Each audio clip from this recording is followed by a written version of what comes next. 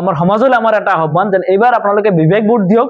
আমি কোনো দল বুলি নহয়, আমি কোনো দলক সমৰ্থন নহয় বা সমৰ্থন কৰা নাই। আমি বিচাৰিছো যেন ব্যক্তি, যিজন ব্যক্তিয়ে বিধানসভাৰ মজিয়াত গৈ আমাৰ মুছলমানৰ সমস্যাখিনি লৈ পেলাই তেওঁলোকে মাত মাতিব পাৰিব, তেনেকুৱা উপযুক্ত ব্যক্তিক আপোনালোকে ভোট দিয়াৰ কাৰণে আমি আহ্বান জনাম। কাৰণ আমি বিচাৰিছো যেন এজন উপযুক্ত ব্যক্তি, যিজন ব্যক্তিয়ে গৈ পেলাই সদনত মুছলমানৰ সমস্যা লৈ পেলাই ফাইট কৰিব পাৰে, তেনেকুৱা ব্যক্তিক আমি জনপ্ৰতিনিধি হিচাপে আমি বিচাৰিছো। কাৰণ আমি কোনো ৰাজনৈতিক দলৰ অংশীদাৰ নহয়, আমি কোনো ৰাজনৈতিক দলক আমি সমৰ্থন দিয়াৰ আমি চিন্তা কৰা নাই। কিন্তু আমি এনেকুৱা এজন জনপ্ৰতিনিধি বিচাৰিছো, যিজন জনপ্ৰতিনিধিয়ে মুছলমানৰ সমস্যা লৈ পেলাই যাতে পবিত্ৰ বিধানসভাৰ মজিয়াত যাতে আমাৰ সমস্যাসমূহ উপস্থাপন কৰিব পাৰে আৰু সমস্যাসমূহ সমাধান কৰাৰ কাৰণে চৰকাৰক প্ৰেছাৰ ক্ৰিয়েট কৰিব পাৰে।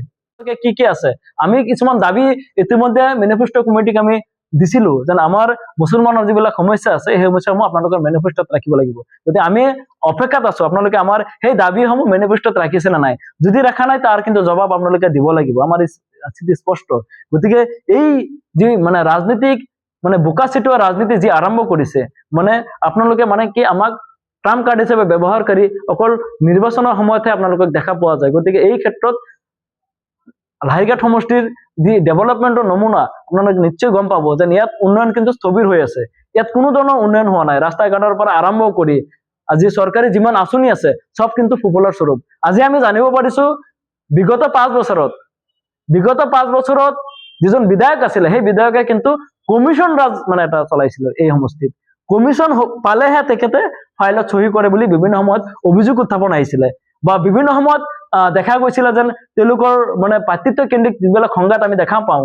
আজি পঞ্চায়ত নিৰ্বাচনতো বিভিন্ন ধৰণৰ মানে ঘাত প্ৰতিঘাত তেওঁলোকৰ আহিছিলে, বা মানুহৰ মাজত মানে স্বতঃস্ফূৰ্তভাৱে কথাবিলাক ওলাই পৰিছিলে। গতিকে এনেকুৱা এজন বিধায়ক, যিজন বিধায়কে নিজৰ সমষ্টিৰ নিজৰ যিখিনি স্থিতি তেওঁ ঠিক ৰাখিব পৰা নাই, সমষ্টি ডেভেলপমেণ্ট তেওঁ কৰিব পৰা নাই। গতিকে এইজন বিধায়কে পুনৰবাৰ কেনেকে ভোট ভিক্ষা বিচাৰি আহে, ৰাইজে তেওঁক জবাবদিহি কৰিব লাগিব।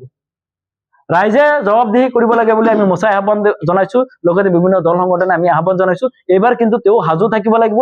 ইয়াক কাৰোবাৰ পৈতৃক সম্পত্তি নহয় যে লাহিৰঘাট সমষ্টি তেওঁলোকে পৈতৃক সম্পত্তিৰ দ্বাৰা ব্যৱহাৰ কৰিব, বা অসমৰ বিভিন্ন প্ৰান্তত তেওঁলোকে যি মানে পৰিয়াল কেন্দ্ৰিক ৰাজনীতি আৰম্ভ কৰিছে, সেয়া কিন্তু কোনো পৰ্যায়ে গ্ৰহণযোগ্য নহয়। গতিকে উপযুক্ত ব্যক্তিক ভোট দিবলৈ আমি আহ্বান জনাম।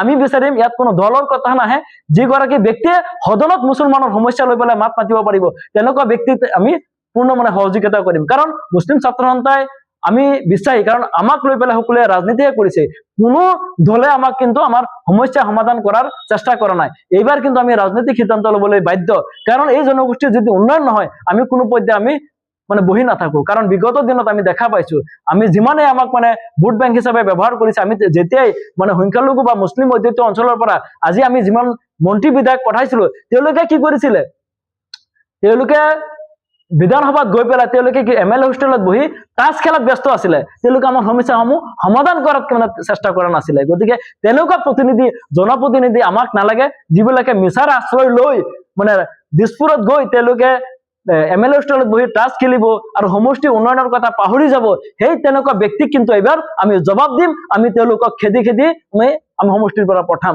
গতিকে আমি গোটেই অসমত আমাৰ এই দল সংগঠনে আমি প্ৰত্যেকজন ব্যক্তিক আমি আহ্বান জনাইছো, যিসকল ব্যক্তি নিৰ্বাচনৰ সময়ত আপোনালোকৰ ওচৰত ভোট বিচাৰি যাব তেওঁলোকক জবাবদিহি কৰিব, আৰু তেওঁলোকৰ পৰা লিখিত প্ৰতিশ্ৰুতি ল'ব লাগিব যেন তেওঁলোকে নিৰ্বাচনত যদি জয়ী হয় আমাৰ কাৰণে কি কৰিব, তেওঁলোকৰ পৰা ৰিটাৰ্ণ ল'ব লাগিব আৰু অন কেমেৰা ল'ব লাগিব। কাৰণ এওঁলোকে বিগত দিনত আমাক ঠগিছে। আজি ৰকিবুল হুছেইন ডাঙৰীয়াৰ পুত্ৰই কি কৰিব, আমাৰ সমষ্টিৰ উন্নয়ন কৰিব, আজি সামগ্ৰী তেওঁলোকে কি কৰিব। গতিকে এনেকুৱা ব্যক্তি যিজনৰ কোনো যোগ্যতা নাই বুলি আমি কৈছো, যোগ্যতা নাই, আজি তেওঁলোকে কি কৰিছে, মুছলমানৰ লগত গাদ্দাৰী কৰিছে ৰকিবুল হতে। গতিকে এইবিলাকক যিসকল মুছলমানৰ মানে জাতিৰ গাদ্দাৰ, এই গাদ্দাৰ সকলক জবাব দিয়াৰ সময় আহি পৰিছে। গতিকে নিৰ্বাচন সমাগত এই সময়ত আমি গোটেই সময়ত মুছলমান সমাজক আমি আহ্বান জনাইছো যাতে এই গাদ্দাৰ সকলক চিনাক্তকৰণ কৰি, যিসকলে মানে কি আমাৰ লগত গাদ্দাৰী কৰিলে, আমাৰ সমস্যা লৈ পেলাই ৰাজনীতি কৰিলে, সেই সকলক মানে জবাব দিব লাগিব। অন্যথা কিন্তু আমি কোনো পৰ্যায়ে আমি হাত সাৱটি বহি নাথাকো।